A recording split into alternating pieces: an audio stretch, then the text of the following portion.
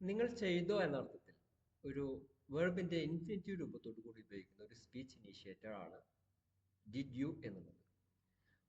Speech ഇനീഷ്യേറ്റേഴ്സ് എന്നാൽ നിങ്ങൾ സംസാരം തുടങ്ങാൻ നിങ്ങളെ സഹായിക്കുന്ന ഒരു പദങ്ങളുടെ ഗ്രൂപ്പിനെയാണ് നമ്മൾ സ്പീച്ച് ഇനീഷ്യേറ്റേഴ്സ് എന്ന് പറയുന്നത്. അപ്പോൾ നിങ്ങൾക്കുണ്ടാകുന്ന സ്റ്റാർട്ടിംഗ് ട്രബിളിനെ ഒഴിവാക്കാനുള്ള എല്ലാ തരത്തിലുള്ള പദങ്ങളുടെ ഗ്രൂപ്പിനെയും നമ്മൾ സ്പീച്ച് ഇനീഷ്യേറ്റേഴ്സ് എന്നാണ് വിളിക്കുന്നത്.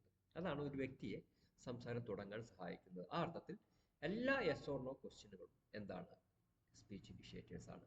അതുപോലത്തെ ഒരു യെസ് ഓർ നോ ക്വസ്റ്റ്യൻ ആണ് ഡിഡ് യു എന്നുള്ളത്. നമുക്ക് കുറച്ച് ഉദാഹരണങ്ങൾ നോക്കാം. And did you finish your homework? നിങ്ങൾ നിങ്ങളുടെ ഹോംവർക്ക് ഫിനിഷ് ചെയ്തു. Did you call your parents? നിങ്ങൾ നിങ്ങളുടെ പാരൻസിനെ വിളിച്ചോ? Did you watch the cricket match? നിങ്ങൾ ക്രിക്കറ്റ് മാച്ച് കണ്ടു. Did you bring your umbrella? നിങ്ങളുടെ അംബ്രല നിങ്ങൾ കൊണ്ടുവന്നോ? നിങ്ങളുടെ കുട നിങ്ങൾ കൊണ്ടുവന്നോ? Did you attend the wedding? നിങ്ങൾ കല്യാണത്തിൽ പങ്കെടുത്തോ? Did you find your keys? നിങ്ങളുടെ കീകൾ നിങ്ങൾ കണ്ടെത്തിയോ?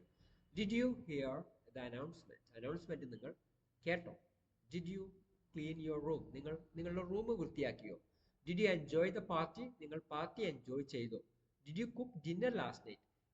ഇന്നലെ രാത്രി നിങ്ങൾ ഡിന്നർ കുക്ക് ചെയ്തോ? എന്നിങ്ങനെയാണ് ഇതിന്റെ അർത്ഥം വരുന്നത്. അപ്പോൾ ചെയ്തോ എന്ന അർത്ഥത്തിൽ നിങ്ങൾക്ക് ഒരു ചോദ്യം ചോദിക്കണമെങ്കിൽ ഡിഡ് യു എന്ന് ചേർത്തതിന് ശേഷം ആ വെർബ് ഉപയോഗിച്ചുകൊണ്ട് നിങ്ങൾ കുറെ ചോദ്യങ്ങൾ പ്രാക്ടീസ് ചെയ്യുക എന്നുള്ളതാണ്. മനസ്സിലാക്കാൻ വളരെ എളുപ്പമാണ്. പക്ഷേ മനസ്സിലായതുകൊണ്ട് മാത്രം നിങ്ങൾക്ക് സംസാരിക്കാൻ കഴിയില്ല. നിങ്ങളുടെ സംസാരവായങ്ങൾക്ക് വളരെ നല്ല രീതിയിലുള്ള ഒരു എന്ത് ലഭിക്കണം? ഒരു പ്രാക്ടീസ് നിങ്ങൾക്ക് ലഭിക്കേണ്ടതുണ്ട്. അതുകൊണ്ട് ഓരോ വാചകങ്ങളും ഓരോ സെന്റൻസുകളും നിങ്ങൾ ഒന്നിലധികം പറഞ്ഞ് പ്രാക്ടീസ് ചെയ്യുക. എപ്പോഴാണ് നിങ്ങൾക്ക് കംഫർട്ടബിൾ ആയിട്ട് ഫീൽ ചെയ്യുന്നത് അതുവരെ പറഞ്ഞ് പ്രാക്ടീസ് ചെയ്യുക എന്നുള്ളതാണ് ചെയ്യേണ്ടത്. ഡിഡ് യു എന്നാൽ നിങ്ങൾ ചെയ്തോ എന്നർത്ഥം. ഇവിടെ ഒരു പ്രത്യേകത, ഈ ഡിഡ് എന്നുള്ളതിന് ശേഷം ഏകവചന ബഹുവചന വ്യത്യാസമില്ലാതെ ഏത് സബ്ജക്റ്റും നിങ്ങൾക്ക് ഉപയോഗിക്കാൻ കഴിയുമെന്നുള്ളതാണ്. ഡിഡ് ഷീ എന്നാൽ അവൾ ചെയ്തു എന്നർത്ഥം വരും. ഡിഡ് ഹി എന്നാണെങ്കിൽ അവൻ ചെയ്തു എന്നർത്ഥം വരും. Did he go to market yesterday? അവൻ ഇന്നലെ മാർക്കറ്റിൽ പോയോ?